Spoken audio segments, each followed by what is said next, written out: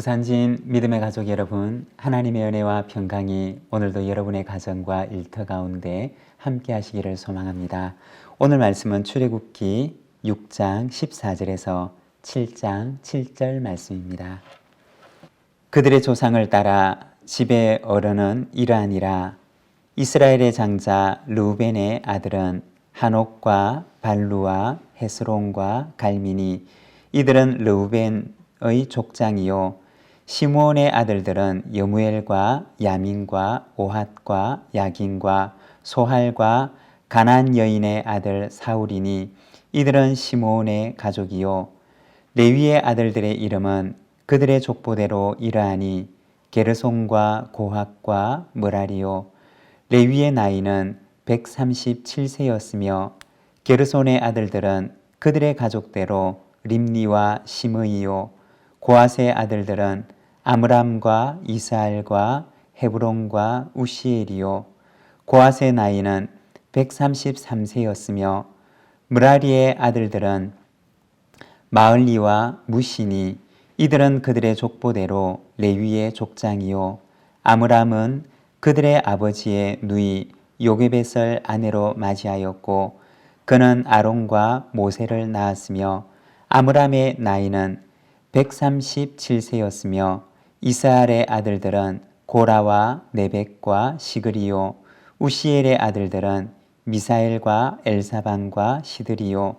아론은 암미다답의 딸 나손의 누이 엘리세바를 아내로 맞이하였고, 그는 나답과 아비우와 엘르아살과 이다마를 낳았으며 고라의 아들들은 아실과 엘가나와 아비아삽이니, 이들은 고라 사람의 족장이요.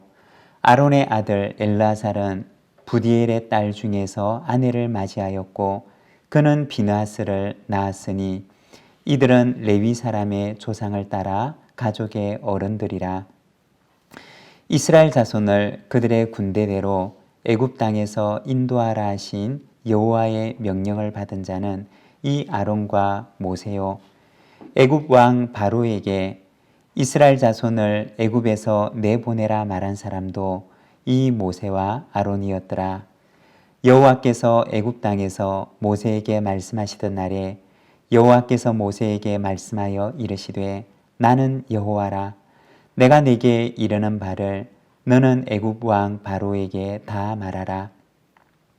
모세가 여호와 앞에서 아뢰되, 나는 입이 둔한 자이오니 바로가 어찌 나의 말을 들으리까? 여호와께서 모세에게 이르시되, 볼지어다. 내가 너를 바로에게 신같이 되게 하였은즉 내 형 아론은 내 대언자가 되리니, 내가 네게 명령한 바를 너는 내 형 아론에게 말하고, 그는 바로에게 말하여 그에게 이스라엘 자손을 그 땅에서 내보내게 할지니라. 내가 바로의 마음을 완악하게 하고 내 표징과 내 이적을 애굽 땅에서 많이 행할 것이나, 바로가 너희의 말을 듣지 아니할 터인즉 내가 내 손을 애굽에 뻗쳐 여러 큰 심판을 내리고 내 군대 내 백성 이스라엘 자손을 그 땅에서 인도하여 낼지라. 내가 내 손을 애굽 위에 펴서 이스라엘 자손을 그 땅에서 인도하여 낼 때에야 애굽 사람이 나를 여호와인 줄 알리라 하시매, 모세와 아론이 여호와께서 자기들에게 명령하신 대로 행하였더라. 그들이 바로에게 말할 때 모세는 80세였고 아론은 83세였더라. 아멘. 오늘 우리가 읽은 이 말씀에 보면 모세와 아론의 족보에 대해서 말씀을 하고 있습니다. 모세와 아론은 야곱의 12아들 가운데 레위 지파, 그리고 그 가운데서도 아므람의 아들로 태어나게 됩니다. 특히 오늘 우리가 보고 있는 이 족보에서는 모세보다는 아론에게 더 초점이 맞추어져 있는 것을 보게 됩니다. 오늘 말씀에 보면 모세의 가정에 대해서는 소개하지 않지만 아론의 가정에 대해서는 그의 아내에 대해서도 이야기를 하고 그의 아들 뿐만 아니라 이 아론의 손자 비느하스까지 소개를 하고 있습니다. 여러분, 우리가 성경을 보면 이 아론이라고 하는 사람은 얼마나 부족한 사람이었습니까? 그렇지만 그는 비록 부족하였다 할지라도 이 아론의 가정을 통해서 이어가게 될 대제사장이라고 하는 그 중요한 직책과 사명 때문에 그의 가정을 소개하고 있는 것입니다. 참 부족한 사람 아론이었지만 그러나 하나님께서는 그에게 귀중한 직분을 맡기십니다. 그에게 과분한 직분을 맡기시고 그에게 있어서는 너무나도 큰 은혜의 직분을 맡기시는 그러한 하나님의 모습을 우리에게 보여줍니다. 여러분, 우리도 정말 부족한 사람이지만 하나님께서는 우리에게도 귀중한 직분을 맡기십니다. 부족한 사람이지만 그에게 귀중한 직분을 맡기셔서 그 일을 감당케 하시는 분, 또 감당할 수 있는 힘과 능력을 주시는 분이 우리 하나님인 것입니다. 오늘도 우리를 사용하시는 그 하나님께 우리 자신을 내어 맡기며 주님 앞에 귀하게 쓰임을 받는 저와 여러분의 삶이 되기를 소망합니다. 그리고 오늘 족보에 보게 되면 모세와 아론의 족보에서는 약간 벗어나 있는 한 가정을 소개하고 있는데 바로 고라의 가정입니다. 24절에 보면 고라의 아들들은 아실과 엘가나와 아비아삽이니 이들은 고라 사람의 족장이요. 여러분, 이 고라라고 하는 사람을 혹시 기억하십니까?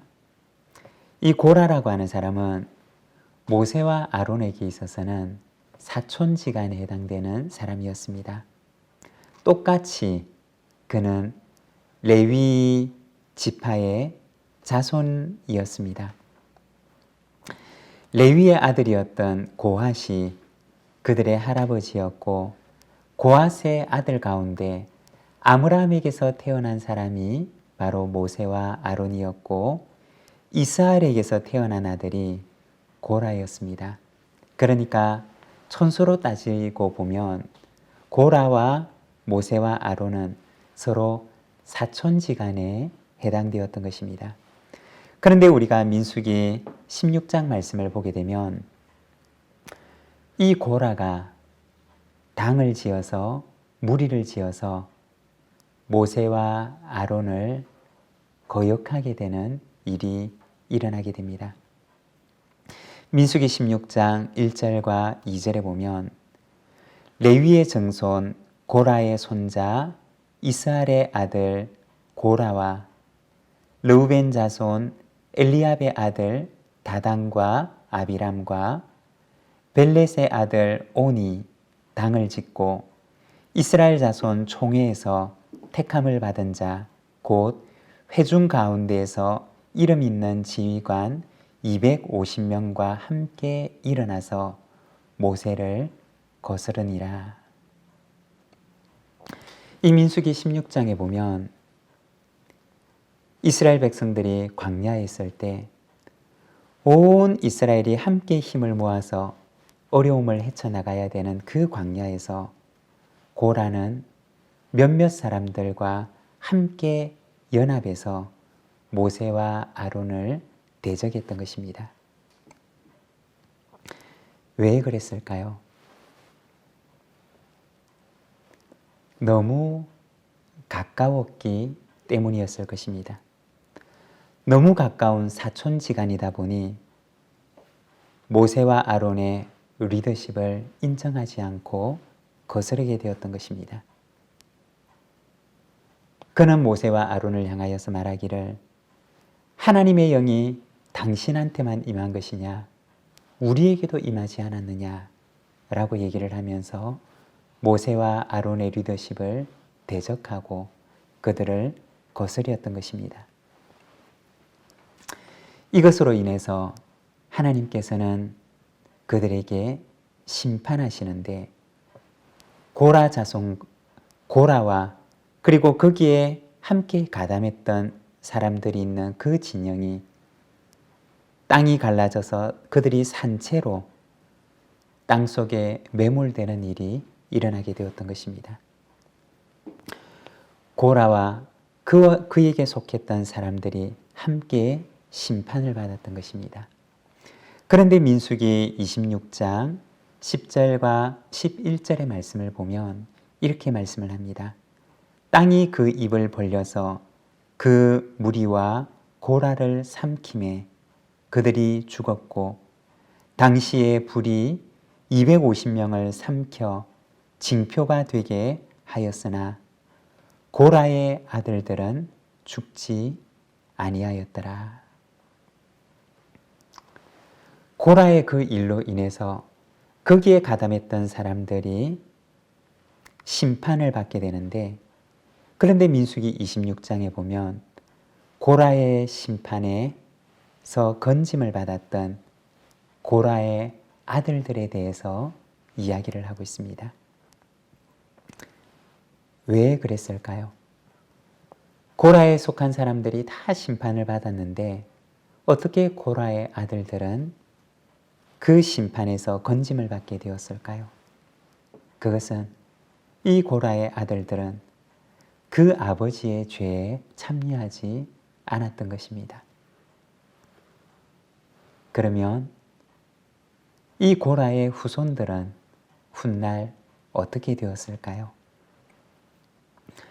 아버지 고라의 죄에 참여하지 않았던 그의 아들들, 그의 후손들은 우리가 성경을 보면 훗날에 성전에 찬양하는 직무를 담당하는 사람들이 됩니다. 성전의 찬송을 인도하고 수많은 성전 예배에 찬송시들을 짓는 사람들이 되었던 것입니다. 오늘 본문에 고라 사람의 족장이 되었던 고라의 아들들에 대해서 소개를 하고 있습니다. 참 부족하고 그리고 가슴 아픈 사연을 지니고 있었던 가족이었지만, 그러나 하나님께서는 훗날 그 자녀들의 후손을 통해서 성전에서 찬양을 섬기는 자들로 삼으십니다.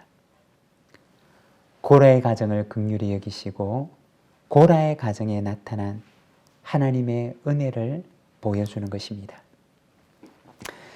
그리고 오늘 본문 6장 30절에 보면 모세가 여호와 앞에서 아뢰되 나는 입이 둔한 자이오니 바로가 어찌 나의 말을 들으리까. 그리고 이어서 7장 7절에 보면 그들이 바로에게 말할 때 모세는 80세였고 아론은 83세였더라. 83세의 아론과 80세의 입이 둔한 사람 모세를 기록하고 있습니다. 세상의 권력자들 앞에 서기에 얼마나 연약하고 결함이 많고 부족한 사람이었는지 모릅니다. 그렇지만 이 부족한 사람을 통해서 하나님께서는 당신의 능력과 영광을 나타내셨던 것입니다. 고린도후서 12장 9절 말씀을 보면 바울은 이렇게 고백합니다. 나에게 이르시기를 내 은혜가 내게 족하도다. 이는 내 능력이 약한 데서 온전하여짐이라 하신지라. 그러므로 도리어 크게 기뻐함으로 나의 여러 약한 것들에 대하여 자랑하리니 이는 그리스도의 능력이 내게 머물게 하려 함이라. 바울도 얼마나 부족한 사람이었습니까? 그렇지만 바울은 깨닫게 됩니다. 자기가 부족할 때 자기 속에서 하나님의 능력과 영광이 온전하게 나타난다는 사실을 알게 됩니다. 그리고 그는 말하기를 이제부터 나는 나의 약한 것들을 자랑하겠습니다 라고 합니다. 사랑하는 여러분, 우리의 모습도 보면 얼마나 부족하고 연약합니까? 그렇지만 여러분, 하나님을 찬양하시기를 바랍니다. 왜냐하면 부족한 사람을 통해서 하나님의 능력과 영광이 더 온전하게 나타나기 때문입니다. 오늘도 부족한 사람을 사용하시는 그 하나님 앞에 우리 자신을 내어드리며 주님 앞에 귀히 쓰임을 받는 저와 여러분, 우리 모든 믿음의 가족들이 되시기를 바랍니다. 기도하겠습니다. 사랑의 하나님 아버지, 은혜를 감사합니다. 오늘 이 아침 우리로 하여금 하나님의 말씀 앞에 서게 하시고 하나님을 바라보며 또 우리 자신을 바라보게 하시니 감사합니다. 부족한 아론을 사용하시고 너무나 과분한 직분을 그에게 맡기시며 고라의 자손들을 긍휼히 여기시고 그의 자손에게 훗날 하나님의 예배를 찬송할 수 있는 거룩한 찬송의 직분을 맡기시는 것을 주님의 말씀을 통하여 바라봅니다. 80세 입이 둔한 모세를 주께서 부르셔서 그 부족한 사람을 통하여서 하나님의 귀한 일에 쓰임받는 자로 삼으시는 것을 우리가 주의 말씀을 통하여 바라봅니다. 주님, 오늘 우리가 또 한 사람의 부족한 사람이 되어 주님 앞에 섭니다. 우리를 긍휼히 여기시고 모세처럼, 아론처럼, 그리고 고라의 가정처럼 부족한 우리의 모습이지만 주께 드리오니 주께서 사용하여 주셔서 하나님께 귀하게 쓰임받는 저희들의 삶이 되도록 주님 인도하여 주시옵소서. 우리의 그릇을 주님 앞에 깨끗하게 준비하게 하시고 정결한 그릇으로 우리 자신을 주께 드리며 주님께서 사용하시기에 합당한 그릇이 되어서 하나님의 선한 일을 위하여 준비된 저희들의 인생이 되도록 주님 인도하여 주시기를 원합니다. 이 하루를 주께 의탁하오니 하나님 붙들어 주시고 오늘도 주님과 함께 동거하는 귀하고 복된 하루가 되게 하옵소서.